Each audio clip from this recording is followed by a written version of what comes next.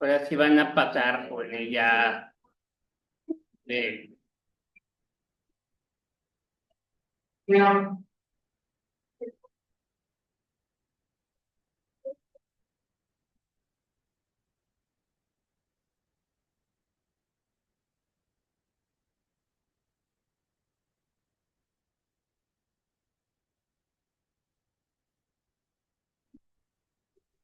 El pensamiento de Colatino es la cuestión de la filosofía griega enfocada en las necesidades básicas, que es la agricultura. Esa fue una de las principales fuentes económicas de la antigua Grecia, y filósofos como Platón y Aristóteles aportaron varios conceptos debido a lo que eran necesidades como precios justos y igual como las funciones de dinero. Los personajes que más participaron en este experimento de la fueron Platón y Aristóteles. Platón tenía centrado en la teoría de las ideas, por excelencia de los dos intangible y mutable. Las ideas eran dos formas, mundo entendible y mundo sensible, y pluralismo, político, y cuerpo y alma, era lo que más. Y Aristóteles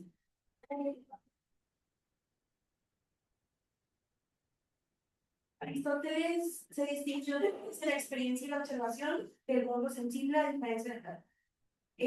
A desarrollar una filosofía que abarca la lógica, la metafísica, la física, la ética y la política. Su teoría, bueno, sus primeras principales ideas del pensamiento grecolatino eran la experiencia como fuente de conocimiento y en mi acto de potencia, lógica y categorías.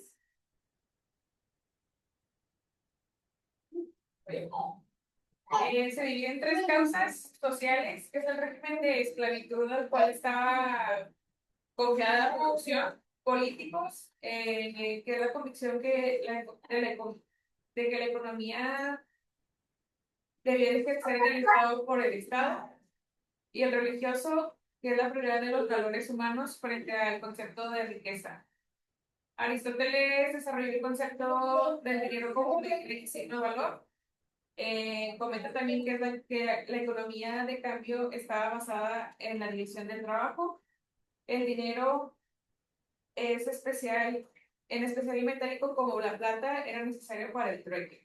Y Platón propuso que el dinero fuese un símbolo para facilitar el cambio. Los beneficios del pensamiento grecolatino es enseñar a pensar y reflexionar, fomentar el autocontrol y el conocimiento propio, desarrollar la capacidad de integrar nuevas ideas y estructurar argumentos y sentar las bases de la democracia, la ciencia y el arte de Occidente. La evolución, la evolución de las especulaciones racionales griegas sobre la naturaleza y la piedad a la filosofía práctica, pragmática y política del mundo. El pensamiento greco-latino se basa principalmente en sus conceptos claves. El primero es Oikos, que es la organización del hogar, la economía ética y política, y el valor del uso y de cambio, del cual Aristóteles distinguió el uso de un bien, el valor de cambio en el mercado o su precio. Bien.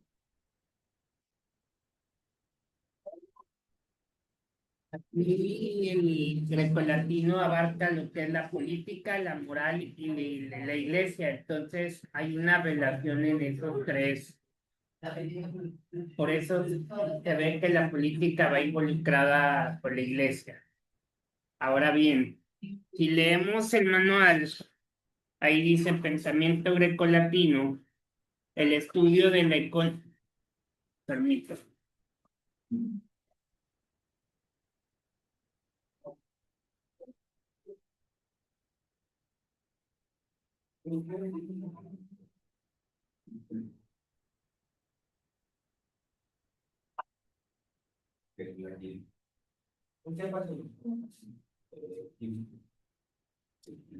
Aquí está. La página 15. el estudio de la economía entre los griegos, que era comparado con las ideas dispersas en el antiguo Egipto, la India, en Caldea o China, resulta más compacto. Sin embargo, su aportación se puede considerar, se consideraba incompleta.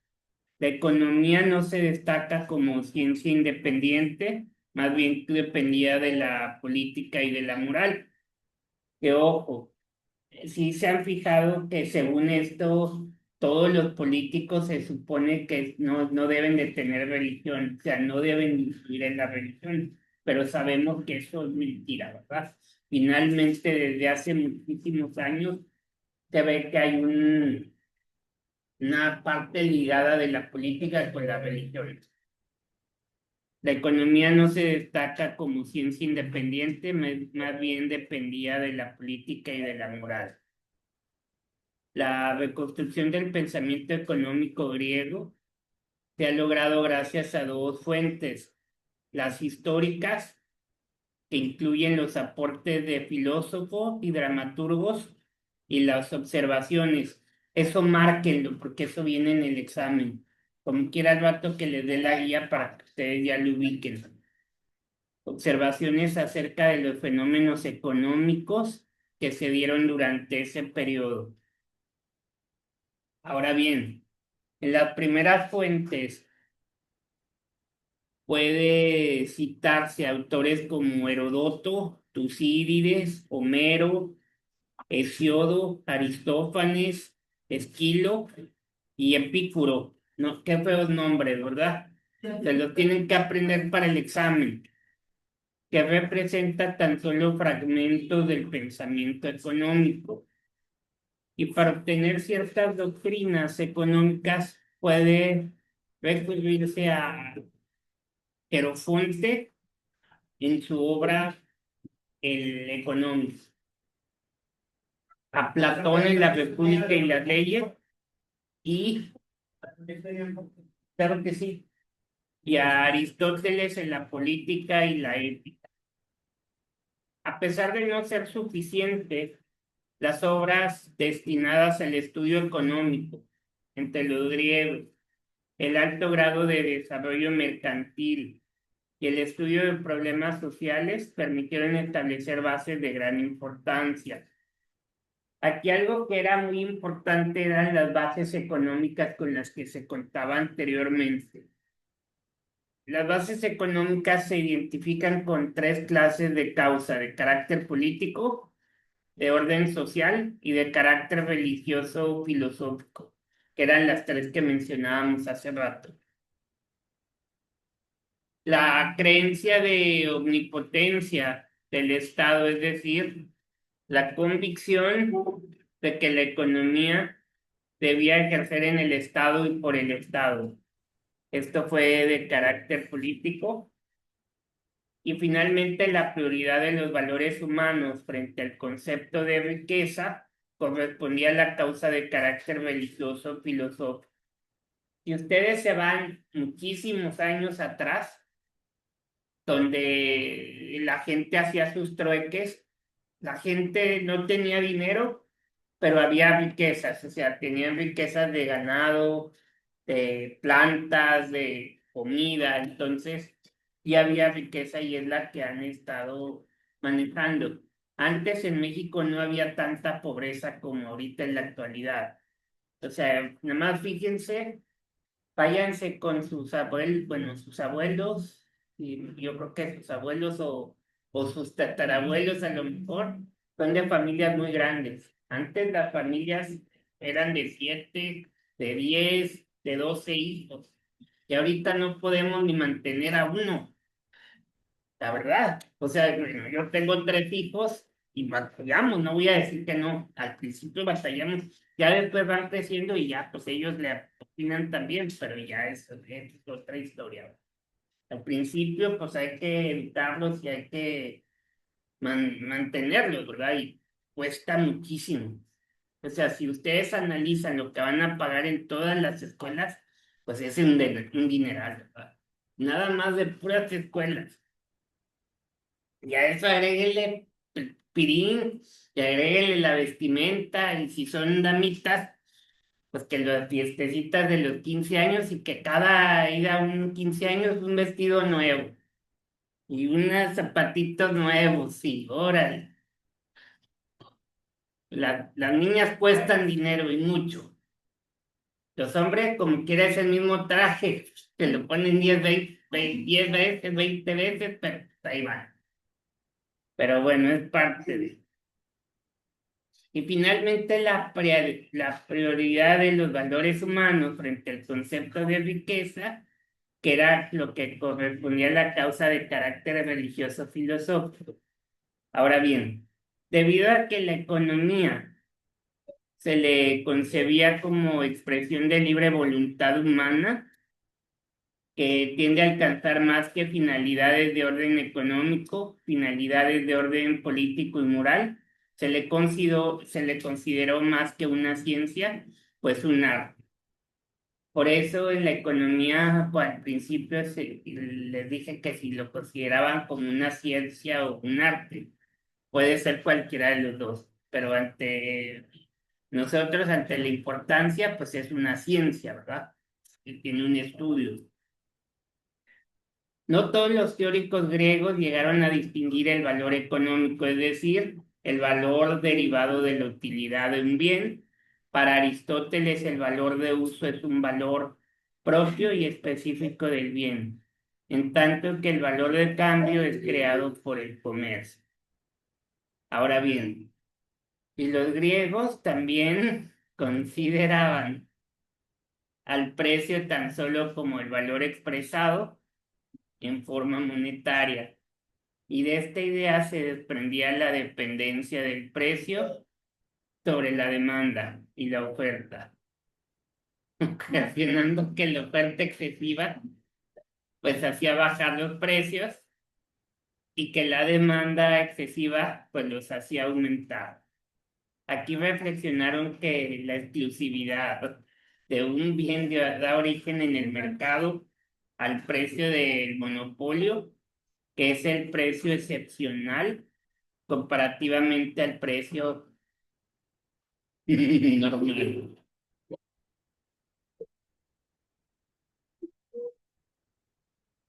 Va. En materia monetaria, Aristóteles hizo una amplia descripción y dividió en dos las maneras de adquisición de la riqueza. La primera era natural y la formaban la agricultura, la caza y la pesca, que anteriormente, bueno, todavía sigue siendo un negociazo eso, ¿verdad? Porque gracias a todo eso, pues tenemos que comer, ¿verdad? Y qué vestir, porque finalmente a veces de los animales pues salen ciertas prendas, ¿verdad? En conjunto integraban el sistema de la economía original o económica, la cual estaba fundada sobre el valor de uso de los bienes y era producida por medio del cambio en especie. La segunda era convencional y la adquisición de la riqueza estaba basada en el cambio operado por medio de la moneda.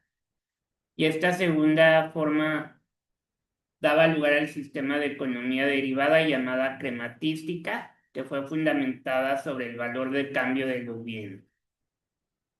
Y las ideas aristotélicas en cuanto al paso del sistema de la economía al sistema de crematística permitió hacer tres cosas. La primera era concebir la evolución de la vida social primitiva, que era sustentada en el trueque, o sea, en el intercambio de productos.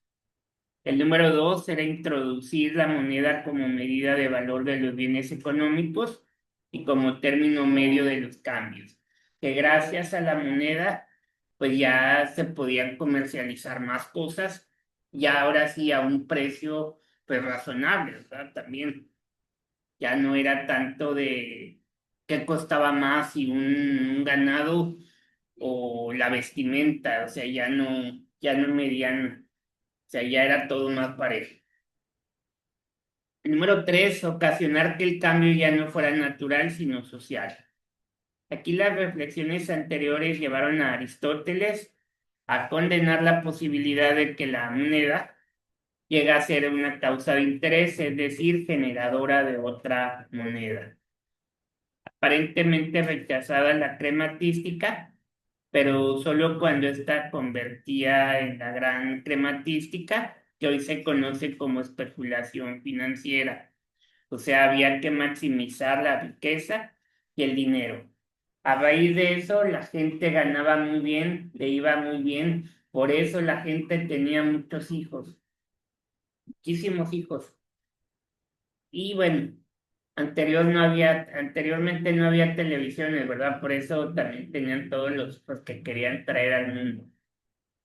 Les voy a platicar algo. El día que yo me casé, ya hace muchos años, exactamente 28 años, el juez des- desgraciadamente se juntó el sacerdote y el juez, porque pues al sacerdote yo lo conozco muy bien, es amigo de la familia.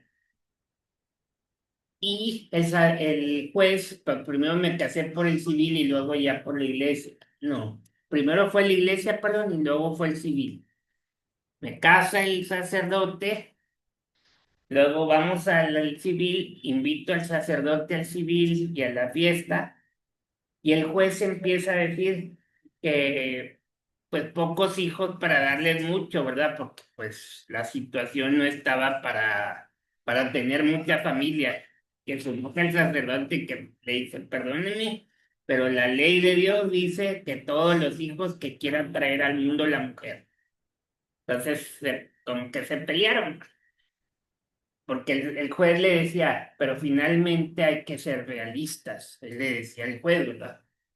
Que no puedes tener todos los que quieras porque al rato no los vas a poder mantener. Pero el sacerdote no pensaba así, porque pues ellos quieren que haya más familia, ¿verdad?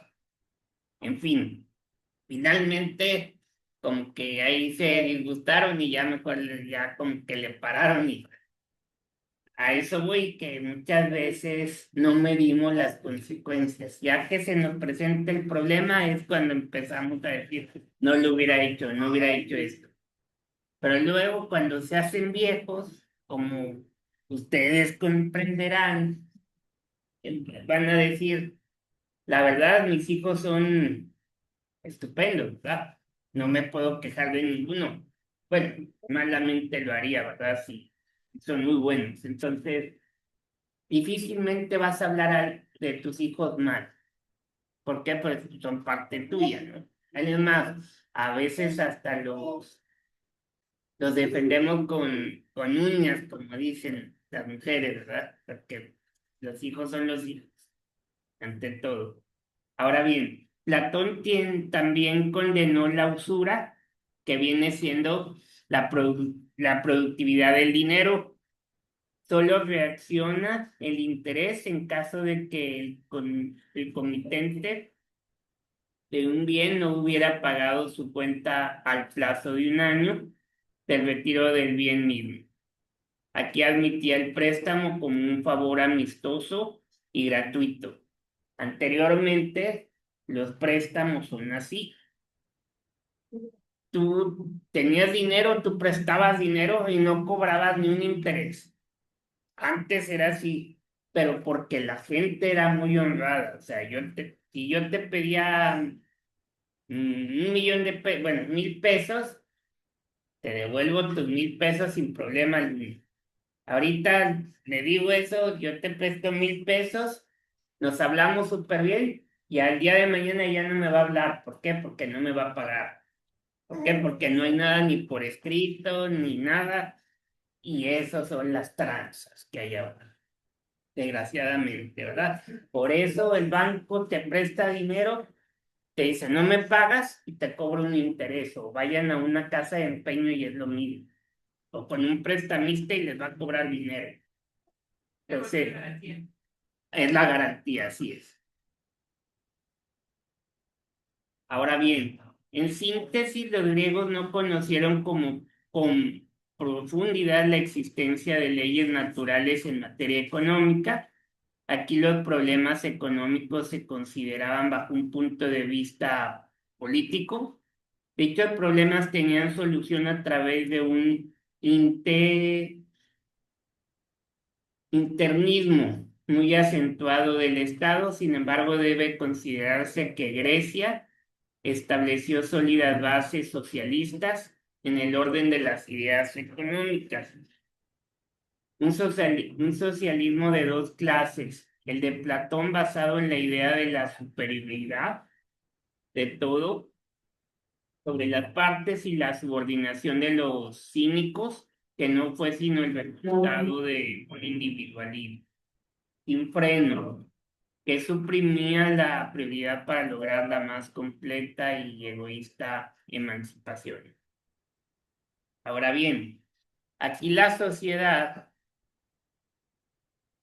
romana estaba dividida en dos clases, la que eran los hombres libres y los esclavos. Los hombres libres son los que podían hacer todo lo que querían ellos. O sea, cualquier persona era libre de hacer lo que quisiera honradamente.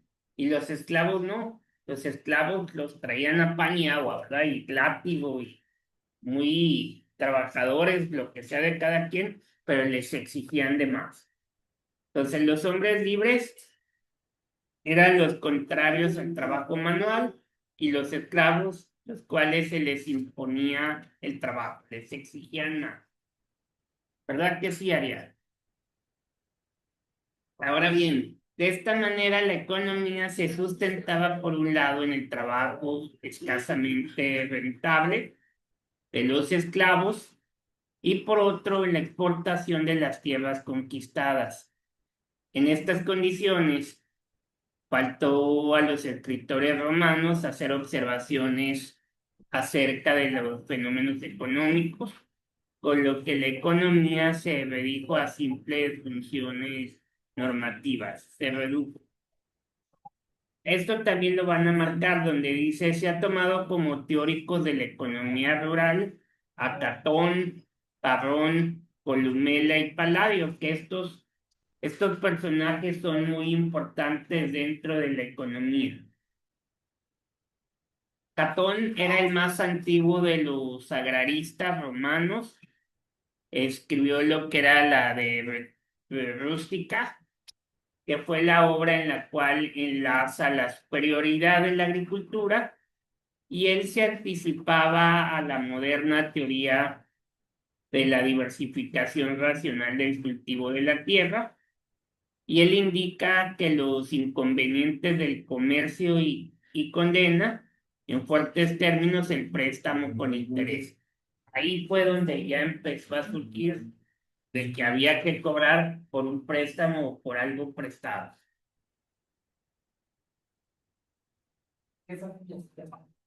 Ahora bien, si nos vamos con Terencio Varrón, fue un contemporáneo de Virgilio, dejó en su obra Agricultura, escrita 3 tomos, una comparación entre la productividad del trabajo independiente y lo que era el trabajo servil. Para él los esclavos no eran más que un capital, o sea, los instrumentos del cultivo. Columela, que era también un personaje muy importante, escribió en 12 volúmenes su obra llamada también de agricultura, y para Columela decía que la agricultura era considerada como el medio más profundo para enriquecerse, preferible al comercio, a la usura o a la guerra. También consideró como ilegítima la adquisición de bienes por conquista. O sea, que al comparar lo que era el cultivo en gran escala con el cultivo en pequeña escala, pues él prefería el cultivo en pequeño, precisando que un pequeño terreno bien cultivado, pues produce más que uno grande mal cultivado. Estableció una relación entre el capital fijo y el capital de exportación. ¿Por qué? Porque no es lo mismo que tengas un terreno chico y que tengas el poder para poderlo administrar o mover o atender, que un terreno grande que a lo mejor no te alcanza para mantener. ¿Y qué vas a terminar haciendo? A lo mejor vas a sembrar la mitad y vas a desperdiciar la otra parte. Entonces, en todo, con esto nos quiere decir que toda empresa debe de empezar desde muy chiquita e ir creciendo poco a poquito, o sea, no se aboracen. A veces nos va súper bien de inmediato, pues sí, a lo mejor los primeros meses les va bien y luego al sexto mes o séptimo van a empezar a bajar drásticamente las ventas a veces. Entonces, hay que tener fe, hay que aguantar mucho y empezar de a poquito y poco a poquito van a ir creciendo. O sea, no se aboracen, o sea, no porque les vaya bien en medio año ya quiere decir que les va a ir bien siempre. Hay que ir cuidando el dinero también. Y luego está Palladio. Palladio escribió de Re Rústica, que fue el título utilizado por Catón, y su obra corresponde a una especie de almanaque campesino. Trata en 14 libros los cultivos y las labores, siguiendo el orden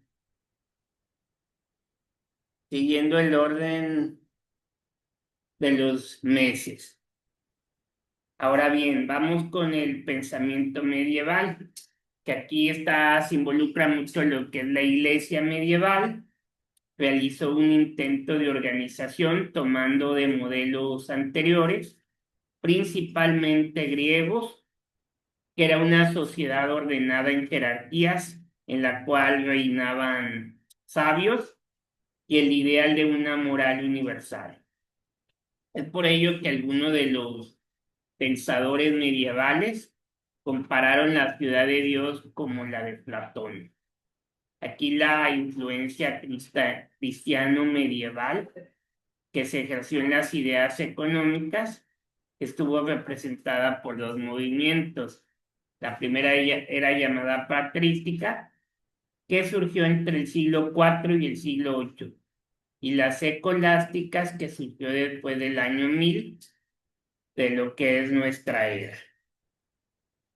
Ahora bien, hay dos términos que a lo mejor no sabemos qué significan, lo que es la patrística y lo que es la escolástica. La patrística estuvo formada por los grandes padres de la iglesia que se dedicaron a la tarea de evangelizar y a aclarar el nuevo tipo de hombre económico cristiano y su relación con los bienes materiales. Por eso, hoy en día hay muchos retiros espirituales y todo es negocio. Todo, a la iglesia le entra mucho dinero. Porque a lo mejor ustedes dicen, no, yo quisiera que vayan a Soli, a la Santa Teresita de Ávila. Esa iglesia empezó, hace cuenta, yo creo que era un cuarto así, y ahorita tiene la iglesia más grande y aparte un edificio que hizo para oficinas y para dar pláticas y todo. Y todo ese dinero lo ha sacado de la gente que da donativos y que le invierten ahí a la iglesia, ¿verdad? Ya realmente le ha ido súper bien. El sacerdote es muy bueno, el padre Scott, buenísimo padre. Yo no me meto con el padre, pero es muy bueno ese padre. Ha sabido hacer lo que tiene hasta ahorita. Y pues para todo tenemos que tener don. Ahora bien, la escolástica surgió al unísono del gran despertar de la cultura de los pueblos europeos, a quienes formaron entre movimiento de la Baja Edad Media y a sus fundadores y seguidores, que se les llamó los doctores. Ellos se procuraron por encontrar cómo aplicar lo que era la justicia de la vida económica, del uso social de la riqueza y de la propiedad. O sea, ellos sabían manejar el dinero y sabían cómo destinar ese dinero, a cómo usar ese dinero. Ahora bien, dice la economía medieval fue concebida con un espíritu práctico. El hombre debe trabajar para poder vivir. Había un dicho anteriormente que si el hombre no quiere trabajar, pues que no coma. Así de fácil. Por eso vemos a mucho bandido en la calle, ¿verdad? No quieren trabajar, pero qué fácil es estirar la mano para que te den una moneda, ¿verdad? Y para eso hay que tener también don. Hay gente que no le das dinero y te menta la mamá, pero hay gente que le das la moneda, te lo agradece, ¿verdad? O sea, también hay que ser agradecidos en esta vida. Y la economía medieval fue concebida en un espíritu práctico. El hombre debe trabajar para poder vivir. En el mensaje evangélico, el trabajo llega a ser un deber para el hombre. San Pablo decía, los que no quieren trabajar, que no coman, pero el trabajo no debe absorberlo en la idea de las ganancias. Por eso, siempre los trabajos deben de descansar un día.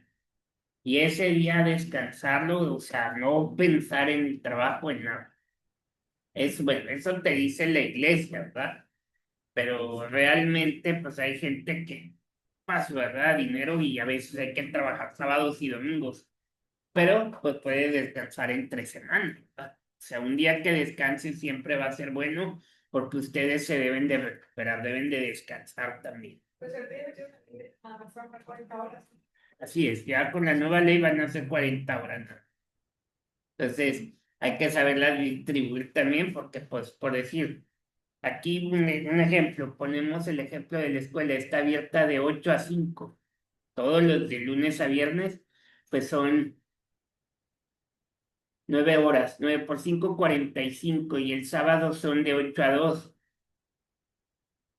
son 45, 51 horas, ¿verdad? Bájalas a 40, pues, entonces sería lo justo, ¿verdad? O sea, porque es lo que está marcando la ley. O la ley de la silla. Antes en muchas empresas te obligaban a estar tus 9 horas o las 8 horas parado. Ahorita, gracias a Dios, mínimo ya te puedes sentar. Que eso es también muy importante, ¿verdad? Porque es pesadísimo que una persona esté 8 horas o 9 horas y más si trae tacones, porque a veces a las mujeres les obligan traer tacones, peor tantito, imagínense. Entonces, todo ha cambiado y esas leyes van a ir cambiando día con día, ¿verdad?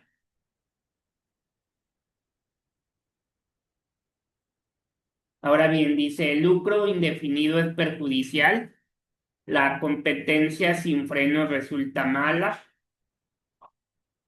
perdón, el productor no debe de aprovecharse de las necesidades del consumidor y viceversa. Las principales teorías destinadas a estudiar la economía medieval se encuentran principalmente en la propiedad, el trabajo y su remuneración, el interés y la moneda. La teoría teomista de la propiedad se caracterizó por su equilibrio y con lo que era la modernización, no, la moderación inspirada en la idea de la alta responsabilidad de lo que era el propietario para con la sociedad y para con Dios. Ya jugaba una doble moral. En el desarrollo de las ideas económicas del cristianismo se encuentra el tema sobre el trabajo y su remuneración. Aquí la definición del trabajo se resume al considerar que todos los oficios permiten al hombre ganarse la vida en forma honrada. Que eso es muy importante, marquen eso. Los hombres deben ganarse la vida en forma honrada. También prevalecían una preocupación notable por el problema del precio y del salario, justo que se trataron bajo un aspecto moral. Por precio justo se entendía permitir a los productos que viviera de manera decorosa, que también eso lo van a marcar con el producto de su actividad y también el impedirle la explotación del consumidor. Ahora bien, el salario justo se sustentaba en el derecho que tenía el trabajador, pues de recibir el pago correspondiente por su trabajo. Ustedes trabajan y ustedes reciben su sueldo. Hay empresas que luego se quieren jinetear el dinero de uno. Eso está muy mal. Pero no se dejen. No se vale eso. Ahora bien, esta idea se apoyaba en que una sociedad bien equilibrada reconoce que el hombre trabajador puede vivir de su trabajo, sostener a los suyos y aparte todavía nos da la oportunidad de ahorrar en algunos casos. Hay veces que no, o sea, que ganas tu salario y aquí se va. O sea, no te da chance de ahorrar. A veces hay quincenas que sí, hay quincenas que no. Para las épocas malas, pues hay que ir juntando un dinerito. Ahora bien, la devaluación es resultado de la inflación, donde esta última se presentó con gran frecuencia durante el medioevo, y esto es debido a las constantes alteraciones sufridas en las monedas, lo que llegó a provocar, denominado por algunos autores, la peste monetaria, o sea, cuando fue la devaluación. El estudio de la economía en la Edad Media se reduce, como en la antigüedad, a una lección de moderación, o sea, en parte normativa y en parte doctrinal. Y luego ya viene lo que es el mercantilismo, que es donde ya empezamos a ver pues más en lo del comercio y los dineros, y ya empieza a haber más política, más inversión, más todo. En los últimos siglos de la Edad Media, la evolución de los hechos crearon las condiciones para que surgiera una nueva doctrina que era más económica y menos moral, o sea, hablamos de lo que es el mercantilismo, y estos diversos acontecimientos mundiales pues afectaron al marco histórico que delimita la aparición del mercantilismo. Aquí se ven tres puntos muy importantes, que fue lo del descubrimiento de América, con el cual se propició la expansión del mercado europeo, y el consecuente fenómeno del colonialismo. El número dos fueron las ideas culturales del humanismo y del Renacimiento. Y el número tres, pues fueron los movimientos religiosos de la religión protestante y la contrarreforma católica. Ahora bien, en estos hechos devuelven lo que era la conciencia del valor de los bienes económicos y de la riqueza, no con medio para la salvación eterna, sino como un instrumento de felicidad y poder. ¿Por qué? Porque cuando recibimos dinero, somos muy felices, somos otras personas, pero cuando no tenemos, sacamos las garras, andamos de genio, nos da depresión, andamos haciendo la de bronca todo el que se nos para enfrente, ¿verdad? Así pasa. Y luego ya nos queremos divorciar porque el hombre no trae billetes o la mujer no trae billetes. Hay que aprender a vivir eso. Hay días buenos y días malos. Porque por consecuencia, el espíritu del mercantilismo fue contrario a las ideas económicas del medioevo. Ahora bien, dice que la idea del mercantilismo se presentó como un sistema independiente de lo moral, religioso, es decir, laico, que eso es lo que normalmente debería ser la política ahorita. Las escuelas, muchas ya son laicas. En las empresas igual son laicas, o sea, no pertenecen a una religión. Que tú la profeses, pues eso ya es distinto, ¿verdad?